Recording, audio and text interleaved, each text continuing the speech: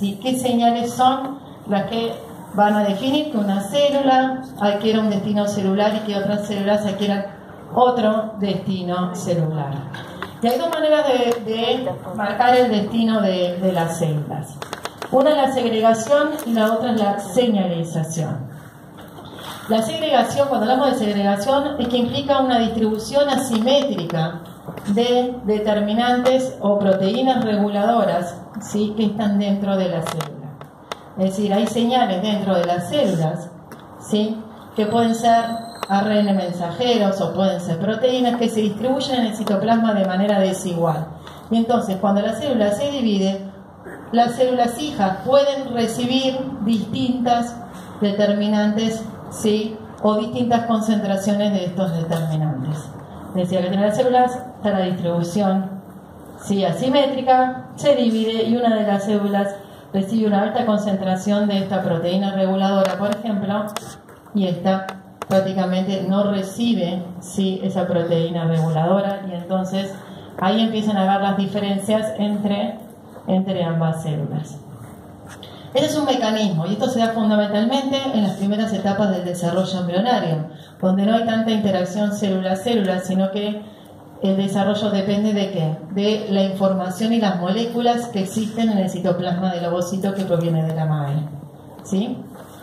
En cambio, luego se puede dar el proceso de señalización, y es decir que las células, cuando se empiezan a dividir, las células hijas, pueden estar sometidas a distintas señales que reciben ¿de qué? Desde el exterior. Me refiero del exterior de la célula, ¿sí? Y esas señales, obviamente, ¿de dónde vienen? Del espacio extracelular, que son emitidas por las células vecinas. Entonces, dependiendo de las señales externas a la célula que están recibiendo, ¿sí?, eso puede hacer que un grupo de células se diferencien hacia un tipo celular y que otro grupo de células se diferencien hacia otro tipo celular, ¿sí? Esto, la señalización, entonces, implica que hay una señal inductora que está recibiendo la célula, y acá empieza a jugar lo que se llama la comunicación celular, ¿sí? Es decir, hay células que están emitiendo señales sobre otras células, ¿sí? Bien, vamos primero a entrar en lo que es cómo actúan esos determinantes que tienen una distribución asimétrica, que son de origen materno, la mayoría de ellos, ¿sí? Y se le denomina, la gran mayoría de esos se le denominan y son morfógenos. ¿Qué son morfógenos? Son moléculas que van a actuar dependiendo de la concentración en que estén. Es decir, que un morfógeno, o sea, la acción que tiene o la señal que va a producir va a depender de la concentración que se encuentre dentro de las células. Es decir, que pueden, en el caso del desarrollo embrionario, en las primeras etapas, pueden inducir diferentes destinos dependiendo de la concentración que se encuentren, sí, dentro de las células o del embrión. Como dijimos, si estamos hablando que estos son de origen materno y se encuentran en el citoplasma del ovocito, cuando el cigoto se empieza a dividir, puede haber células hijas que reciban distintas concentraciones de estas moléculas, sí, denominadas morfógenos. Simplemente a modo de ejemplo, supónganse ustedes que tienen acá un grupo de células. Cada una de estas células se podrá adquirir un color, ¿sí? Simplemente algo esquemático. Lo que define qué color adquiere cada una de estas células es un morfógeno, ¿sí? Y dependiendo de la concentración que el morfógeno esté actuando en cada una de estas células, es el destino del color que van a desarrollar. A altas concentraciones de morfógeno, las células sí adquieren el color azul. A concentraciones medias, las células adquieren el color blanco, y a bajas concentraciones adquieren el color rojo, ¿sí? Entonces, dependiendo de la concentración, es el efecto que tienen sobre las células y por lo tanto pueden, sí, definir distintos destinos celulares. El ejemplo más claro, y lo vamos a ver bien en detalle mañana, sí, es lo que sucede en las primeras etapas del desarrollo embrionario en Drosophila, que es el modelo por excelencia para estudiar las primeras etapas de desarrollo, que es la mosca de la fruta. Drosophila tiene una gran característica que no cumple el resto de los vertebrados, y es que este es el ovocito, ¿sí? Cuando se produce la fecundación, sí, se empiezan las divisiones celulares. Normalmente, cualquier cigoto se empieza a dividir en cierto número de células, no crece el embrión, pero tenemos un embrión formado con un montón de células. ¿Qué pasa en Drosophila? Se dividen las células, pero nunca forman, no, las primeras etapas de divisiones no forman la membrana celular. ¿Qué significa entonces? Que queda todo un citoplasma continuo, al que se le llama sincitio, con un montón de núcleos, ¿sí? Entonces, este es el ovocito, ¿sí?, de Drosophila, de la mosca Drosophila, en el cual el ovocito trae de origen materno, ¿sí?, ARN mensajeros y proteínas maternas. Y lo que se ha visto es que hay dos ARN mensajeros, que se llaman Vicoy y Nanos, que son fundamentales para el desarrollo de las primeras etapas embrionales. Este es el ovocito y tenemos que el ARN mensajero de Vicoy está concentrado en esta región del citoplasma del ovocito y enanos en esta región, ¿sí? Y son esos, tanto Vicoy como nanos, lo que van a determinar en el embrión cuál es la región anterior y cuál es la región posterior. ¿Qué es lo que pasa con este ovocito? Este ovocito es fecundado. Al fecundarse se empieza a dividir, pero se forma un sincitio. Nunca se forman las membranas celulares hasta la división más o menos 13. ¿Sí? Estos ARN mensajeros se traducen y dan lugar a proteína Vicoy con alta concentración en la región anterior y proteína nanos con alta concentración en la región posterior. Como es un sincitio y no hay membranas celulares, esas proteínas pueden difundir a lo largo del embrión. Y esto genera un gradiente. De Vicoy, alta concentración acá, hacia esta región disminuye, y nanos a la inversa. Este gradiente va a determinar en las primeras etapas del desarrollo que esta sea la región anterior y que las células de esta región se desarrollen como estructuras posteriores. Y eso está determinado ya en las primeras divisiones celulares. ¿Qué es lo que causa? ¿Sí? Que se marque el destino celular de esas dos regiones son morfógenos de origen materno, ¿sí?, que estaban, ¿sí?, en el citoplasma del ovocito. ¿Sí? Esto igual mañana lo vamos a ver bien en detalle.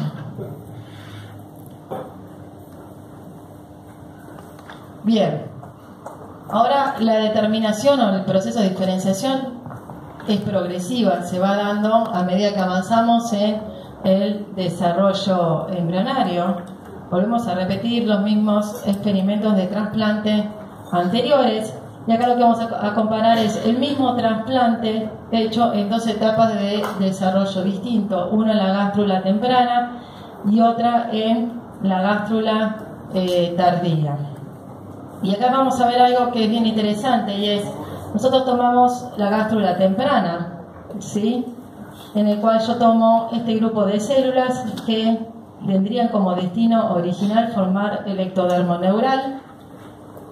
Hago un trasplante hacia esta región, que en esta región las células deberían de dar la epidermis.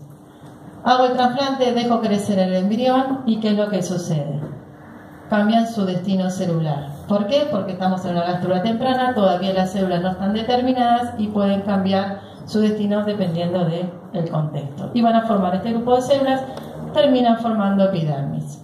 Si yo hago el mismo experimento, pero ya en la gástrula tardía, es decir, más avanzado en el desarrollo, y fíjense que ya está más avanzado, ya hubo migraciones celulares, tomo este grupo de células que deberían de producir el ectodermo neural, lo coloco en esta región, y ¿qué es lo que sucede? Las células no cambian su destino original. ¿Por qué? Porque ya estaban determinadas y son capaces de formar una segunda placa neural. No solo mantienen su destino, sino que inducen a las células vecinas, ¿sí?, a también modificar su destino. ¿Sí? Bien. Y esto por eso entonces todo el proceso de determinación muchas veces viene acompañado de lo que es la migración celular. No voy a entrar en detalle porque esto ya lo vieron o lo van a ver, viene en detalle con histología, ¿sí? Pero como decíamos, la determinación se da en general después de los movimientos celulares o durante los movimientos celulares. Hay un montón de movimientos celulares que se dan durante el desarrollo, durante la gastrulación, ¿sí? Y todos estos movimientos son dependientes de la comunicación celular. Es decir, ¿qué es lo que hace que una célula migre y se posicione en determinada región? Va a depender de las señales, ¿sí?, que reciba de las células vecinas. Entonces es por eso entonces que si yo hago un trasplante de células, puedo llegar a inducir que esas células emitan señales y induzcan a las células vecinas también a migrar. Y esto se hace cuando hacemos un trasplante de lo que se llama de blastoporo dorsal. Siempre todos estos estudios se hacen en anfibios por la facilidad que tiene manipular los embriones. Este es el blastoporo dorsal, ¿sí? Lo inserto en la región que da la epidermis. Es el mismo trasplante que vimos recién, ¿sí? Y ya acá en esta ya tengo la primera imaginación primaria. Dejo crecer el embrión y ¿qué es lo que sucede? ¿Sí? Ya están determinadas las células, por lo tanto, ¿sí?, no se desarrollan como epidermis, sino que van a inducir a las células vecinas a empezar a moverse, a migrar, e inducen una segunda invaginación hasta terminar de formar un segundo tubo neural. Es decir, no solo mantuvieron su destino celular, sino que fueron capaces de inducir, ¿sí?, a las células vecinas a moverse, ¿sí?, para generar esa segunda invaginación. Bien, las células se especifican, primero pasan a estar especificadas, después determinadas, ¿sí? Ahora, ¿cómo forman en ese proceso de diferenciación? ¿Cómo forman los tejidos? ¿Sí? Las células tienen que ordenarse, interactuar entre ellas para formar los distintos tejidos. Y lo que se ha visto es que las células tienen afinidades diferenciales, es decir, las células del mismo tipo celular tienden a tener mayor afinidad entre ellas que células de distinto tipo celular. Entonces, para demostrar esto, ¿sí?, se hizo un estudio en el cual se tomó células marcadas con dos colores distintos, ¿sí?, de dos regiones, ¿sí?, embrionarias distintas. Se tomó este grupo de células que tenían como destino celular formar la epidermis y este grupo de células que formaban las células de la placa neural, ¿sí? Se disgregan las células, ¿sí?, a llevarlas a células simples, se mezclan ambos tipos celulares y se dejan crecer las células para que se vuelvan a agregar. Y ver qué es lo que pasa. La agregación es totalmente al azar, se mezclan células de un tipo celular o del otro, o se agregan con afinidades diferenciales. Y esto es lo que sucede. Sostiene un embrión en el cual la agregación no es al azar, ¿sí?, sino que está totalmente, ¿sí?, está regulada, en el cual cuando ustedes hacen el corte del embrión ven que las células que tienen epidérmicas se agregan entre sí y se disponen hacia el exterior, mientras que las células, ¿sí?, de la placa neural, y son células neuronales, se agregan entre sí y se disponen en el interior, ¿sí? Quiere decir que tiene que haber mecanismos celulares, ¿sí?, de señalización entre células del mismo tipo celular para que hagan que se agreguen de manera ordenada para formar los distintos tejidos. ¿Cómo se unen las células entre sí? Justamente para empezar a formar los distintos tejidos, y la adhesión celular está mediada por caderinas. Las caderinas son proteínas de membrana, es decir, proteínas que están en la superficie de las células y se encuentran ancladas al citoesqueleto, ¿sí?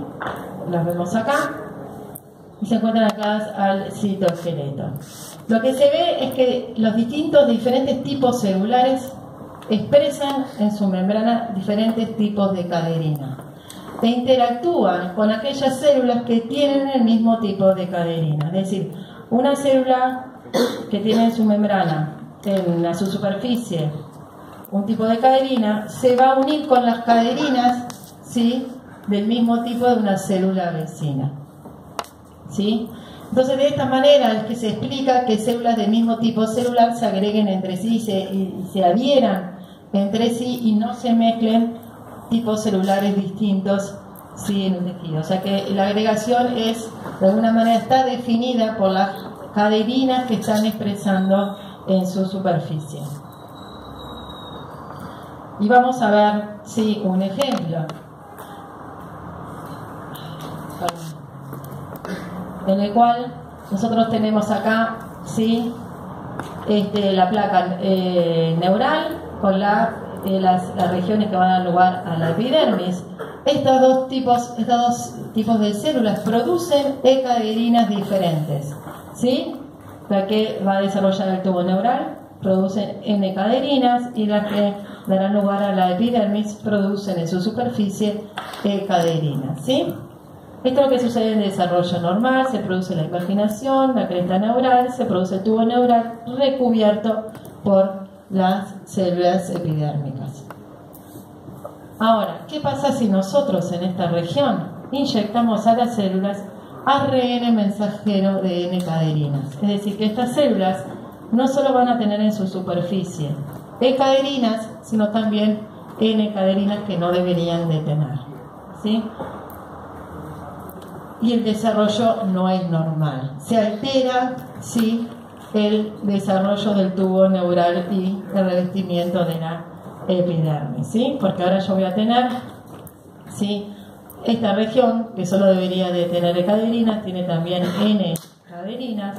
El tubo neural nunca se llega a cerrar y nunca se llega a formar la epidermis que lo recubre. ¿Por qué? Porque se altera la agregación celular para ir formando los distintos tejidos. Se mezclan el tipo de células que se empiezan, sí, a agregar.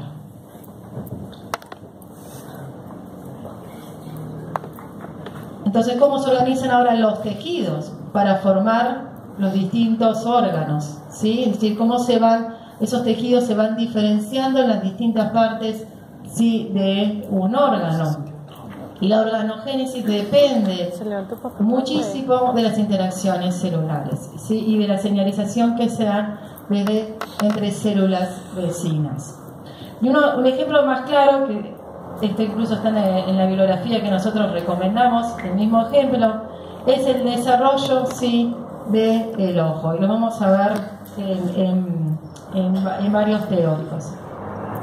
¿Cómo se desarrolla el ojo? Tenemos una vesícula óptica, que es esta, el cual hay un grupo de células, sí, ectodérmicas que están revistiendo. ¿Qué es lo que sucede? Esta vesícula óptica induce a este tejido que lo está revistiendo a formar la placa, sí, del lente, la placa del lente, ¿sí? Es decir, que estas células inducen a que este tejido se diferencie a placa del lente, ¿sí?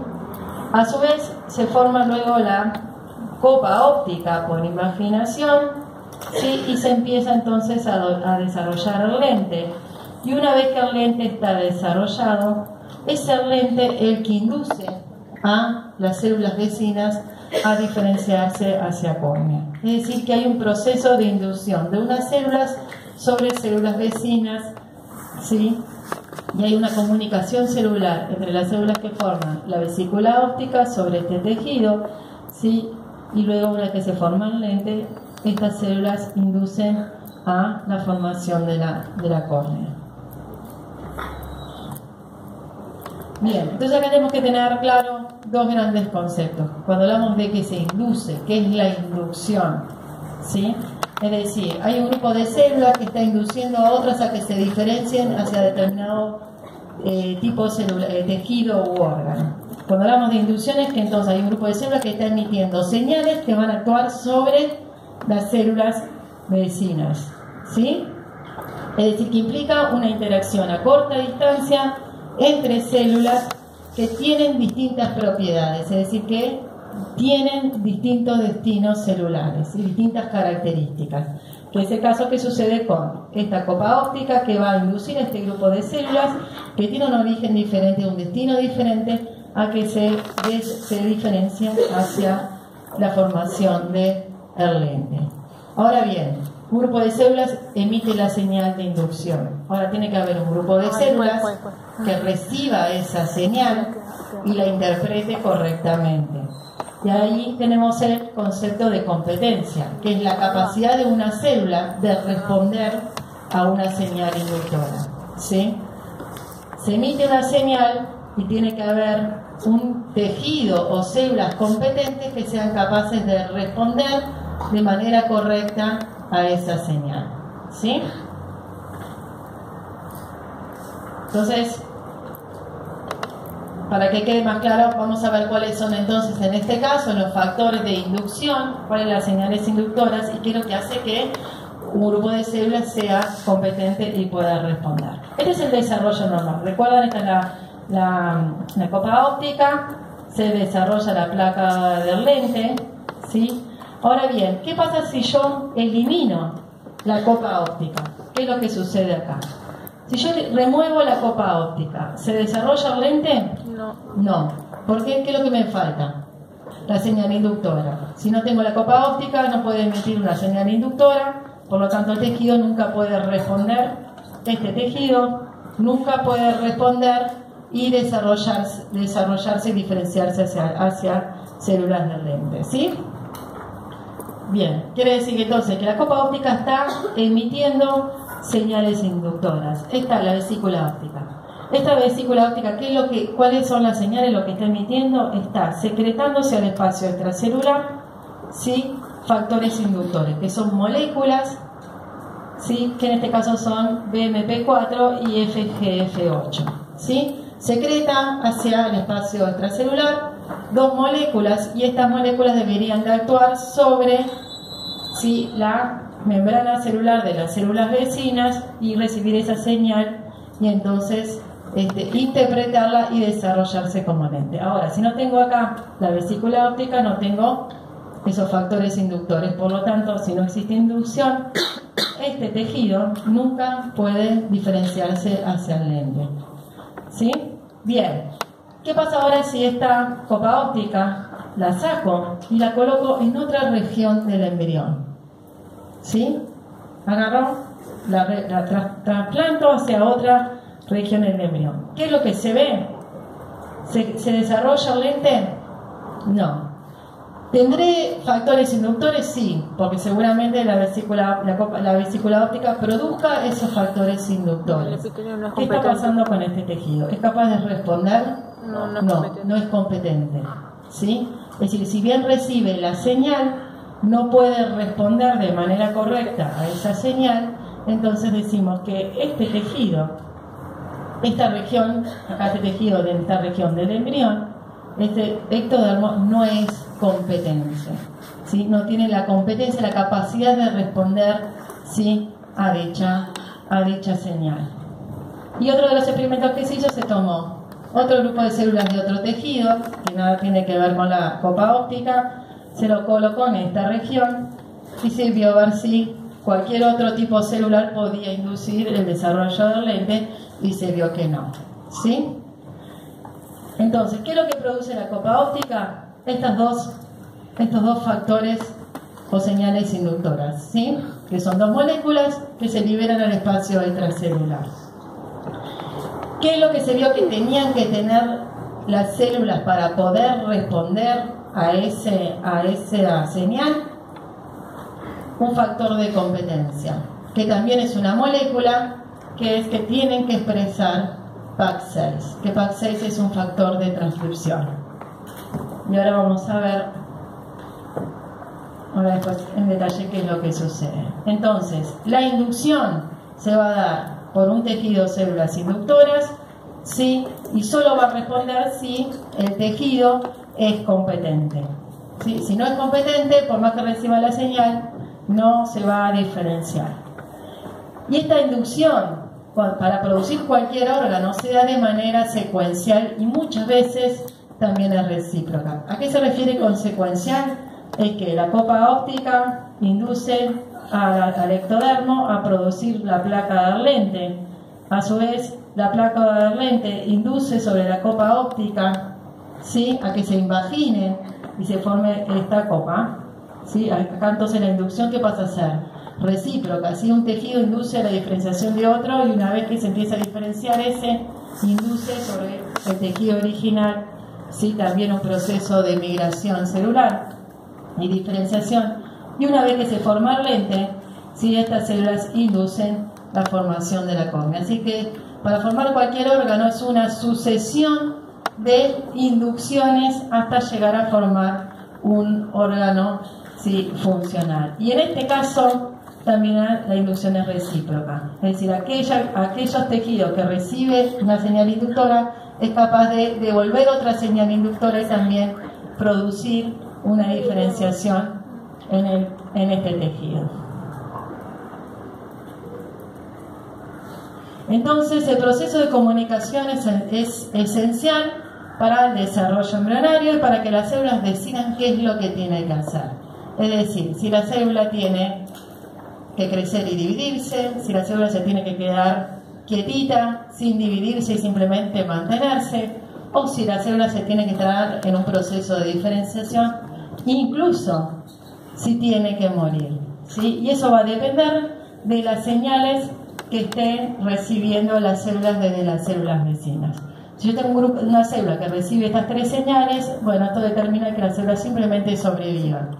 Ahora, si le agrego otro grupo de señales que está recibiendo desde el exterior, puede indicar de que crezca y comience a dividirse. Si las señales son distintas, puede entrar en un proceso de diferenciación o incluso entonces entrar en un proceso de muerte celular programada. Es decir, que reciba las señales, sí, o que directamente tiene que degradarse y morir. Es decir, que es fundamental para el desarrollo entonces la señalización de células con las células vecinas. Bien, ¿cómo se da esa señalización entre las células? Es decir, cómo una célula puede inducir, ¿sí?, sobre otras células algún cambio en dicha célula. Entonces, los componentes de la vía de señalización es que tiene que existir una señal emitida por una célula, ¿sí?, y a su vez esa señal tiene que ser, ¿sí?, recibida, ¿sí?, a través de la membrana, ¿sí?, celular, en el cual tiene que existir entonces un receptor de membrana que reciba la señal que fue emitida por la célula vecina. Una vez que recibida por el receptor, ¿sí?, se tiene que transportar esa señal hacia el interior de la célula y traducirse en algo, es decir, interpretar esa señal que en general lo que provoca o se traduce es en la variación de la expresión génica. Es decir, esta es la señal extracelular emitida por una célula vecina, se une al receptor, este receptor se activa, ¿sí?, y se genera una cascada de transducción de señales que ingresan al núcleo y se termina activando, por ejemplo, un grupo de genes que van a producir, entonces se activan, se transcriben, se traduce a un grupo de proteínas que van a determinar, van a definir ciertas características a dicha célula. Bien, ¿cómo se puede dar esta inducción? ¿Cómo se puede dar esta señalización entre las células? ¿Sí? Es decir, puede ser a través de una señal que se llama yutacrina, en el cual tiene que existir un contacto celular entre las células vecinas estrecho. Es decir, las dos células, ¿sí?, tanto la que emite la señal como la que recibe, tienen que interactuar entre sí. ¿Sí? Es decir, que hay un contacto entre la célula inductora y la que responde. ¿Sí? La señalización puede ser a través de factores parácrinos, es decir, que una célula produce un factor de inducción que lo libera al medio extracelular, es una molécula, muchas veces de origen proteico, pero no necesariamente tiene que ser una proteína, y ese factor, ¿sí?, inductor llega a los receptores de membranas de las células vecinas. ¿sí? Es decir, que es capaz de estos factores de difundir y llegar hasta la otra célula. Acá, si bien tienen que ser células vecinas, porque estos factores no necesariamente corren por el torrente sanguíneo, ¿sí? No tiene por qué haber un contacto entre células, ¿sí? Puede haber cierta distancia porque pueden difundir en el espacio extracelular. Estos son algunos ejemplos de las vías. Y después está también la señalización que se llama parácrina, en el cual sí, las células tienen que estar bien cercanas unas de otras, porque están en este modo de señalización están actuando moléculas de la matriz extracelular. Es decir, que dos células tienen que compartir la matriz extracelular para poder una inducir una señal sobre la otra. Si bien no tienen que estar en estrecho contacto, por lo menos estar lo suficientemente cercanas para compartir la matriz extracelular. Vamos a ver algunos ejemplos, sí, de ello. La señalización parácrina, ¿sí? Es cuando se da que una célula produce moléculas que emiten al espacio extracelular, actúan sobre los receptores de membranas de las células vecinas, ¿sí? Y en general lo que sucede, es estos receptores se activan con la unión del ligando, ¿sí? Entonces algunas moléculas del interior, se activan moléculas del interior de la célula que son transportadas hasta el núcleo, ¿sí? Y lo que se modifica es la expresión de un grupo de genes.